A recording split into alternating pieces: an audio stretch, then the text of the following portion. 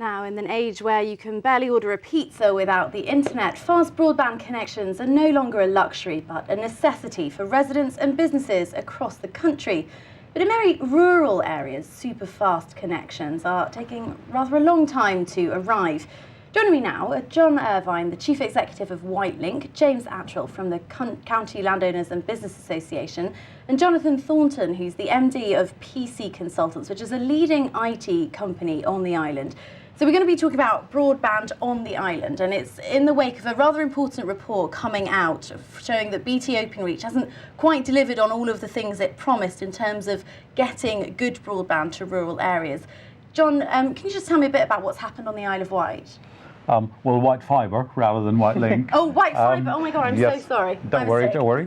Just in case people think we're sailing ferries around the place and delivering broadband. Sorry. So white fibre it's like the Virgin Media on the Isle of Wight. So we deliver phones, TV and broadband on the island, and we naturally compete with BT. So the Isle of Wight Council a couple of years ago allocated £3 million of their money and £3 million of central government money to a project to roll out rural broadband to the more rural areas of the Isle of Wight. And whilst that project has now finished officially, whilst we have seen a small increase in average speeds in those areas, the project has not delivered the super fast speeds that were promised. And therein lies the challenge to businesses on the islands.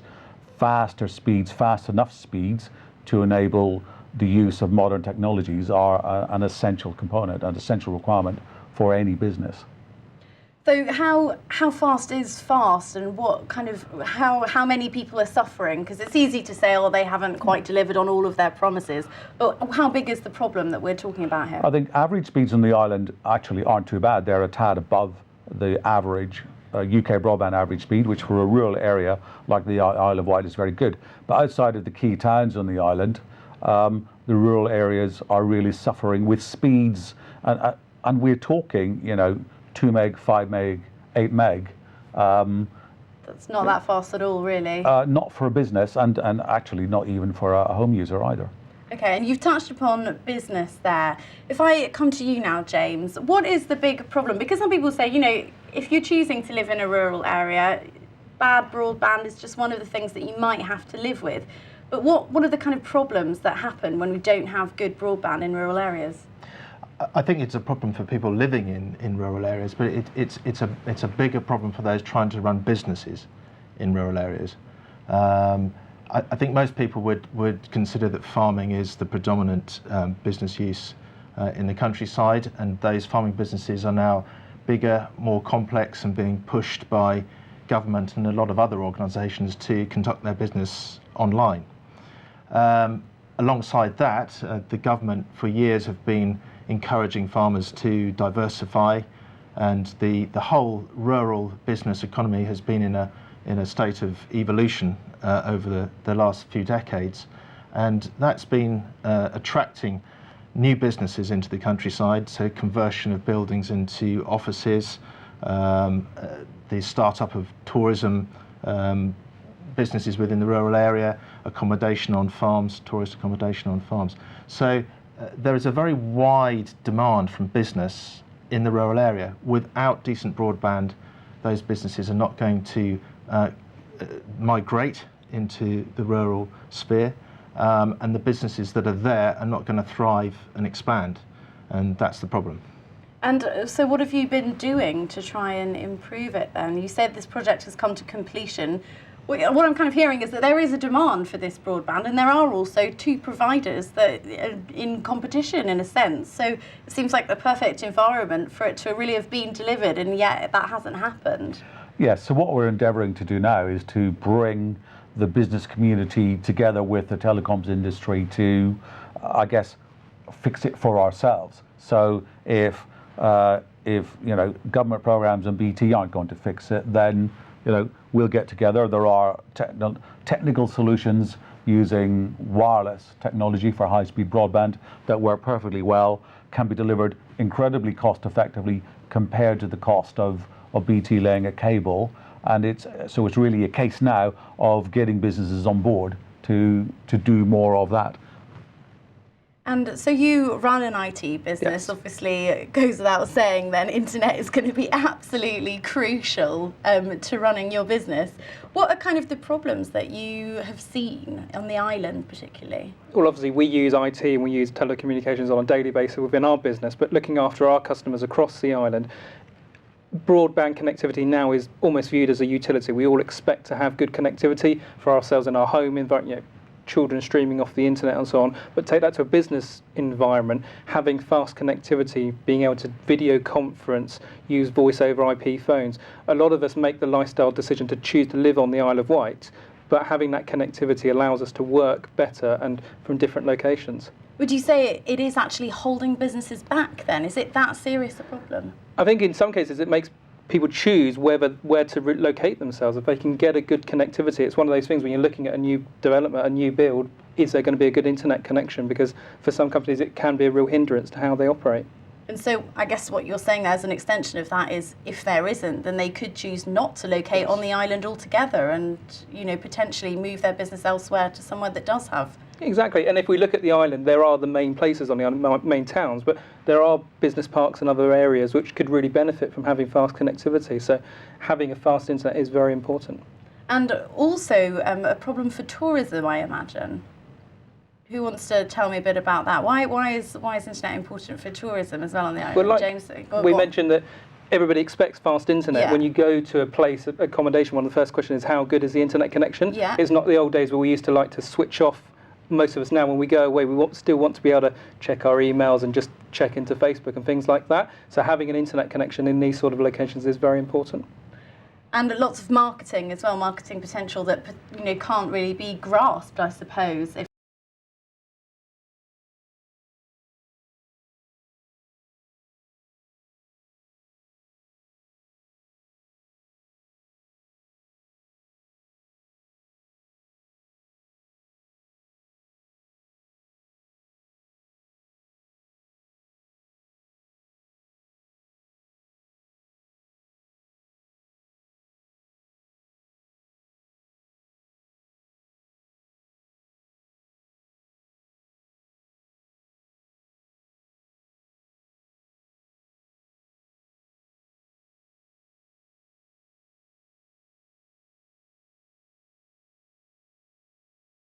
Infrastructure to thrive.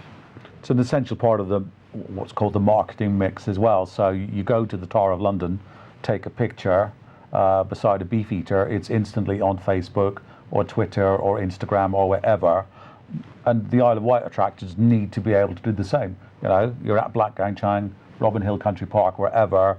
Those destinations, in order to promote themselves, need their visitors to do that promotion for them, and social media and access connectivity to social media there and then is the way to do it, because who goes home that night and posts to Facebook?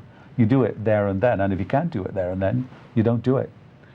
And from a business process point of view, if you take some of those attractions, today most people, cashless society, a lot of people want to pay by card, think PDQ machines, they sort of think they need internet connectivity to process that transaction.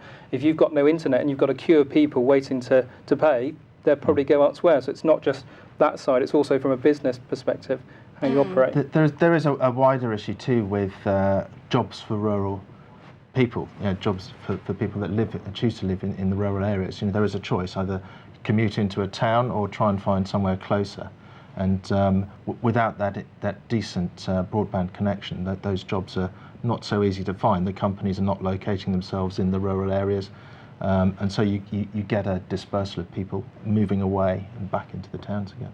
So on the island, BT got a whole bunch, was it about £5 or £6 million to develop this super fast broadband. The project is complete, not to everyone's satisfaction, I gather. What kind of next? That government money is presumably run out now, has it? And the Isle of Wight Council is itself facing incredibly difficult times in terms of its own funding and budgeting, so presumably not that much money coming from there. So also, you know, obviously can maintain pressure on the local authorities and government and so on. If there's not the money, there isn't really the money, so what are you going to do? There's a small pocket of money left, but not much. Right. So really, it's back to what I was saying a moment ago, which is self-help. So Right. there are cost-effective technologies that will deliver super fast broadband to more areas on the island and to more premises on the island. So it's a case of us working cooperatively together, figuring out how to fund that, and just getting on and doing it. So you say cost effective. Talk me through some numbers. Well, if you went, picture a small hamlet of half a dozen homes, or a small business park located in a converted barn complex. So you've maybe got 5 or 6 businesses there. You go to BT for a quote to get super fast broadband delivered. The cost of that will typically be between £15,000 to £30,000, which divided amongst 5 or 6 businesses, that's a hefty cost.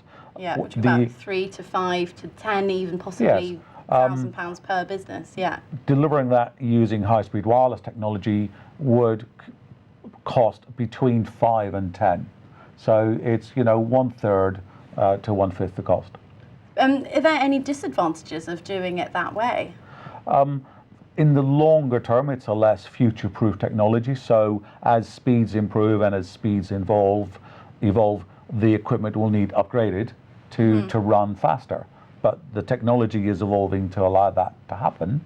And actually, it's not too different from what has to happen with the fixed network and a cabinet. The equipment inside the cabinet needs upgraded too to run faster, just like has been done over the last couple of years. So there are no inherent drawbacks to it.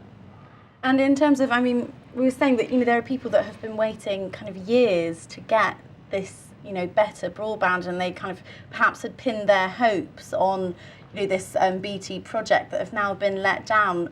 Should they continue waiting, do you think? If you were advising someone, should they continue waiting, or should they perhaps just try to go it alone, or contract services perhaps from someone like John here at Wight Fibre? We're fortunate on the Isle of Wight in that we do have 2 truly independent telecom. You've got BT with their infrastructure, you've got Wight Fibre with theirs. So we've got a lot of customers who have looked to, they've been waiting for that silver bullet of this high-speed fibre to the cabinet, as they call it.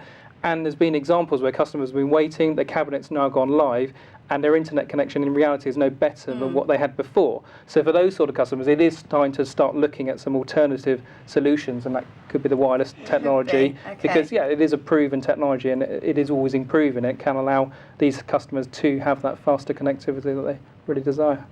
There's also a cost to waiting. So if a farmer has converted his barn to an office, and it's vacant because he can't attract a tenant because there's not a good enough broadband service, say that's renting for £1,000 a month.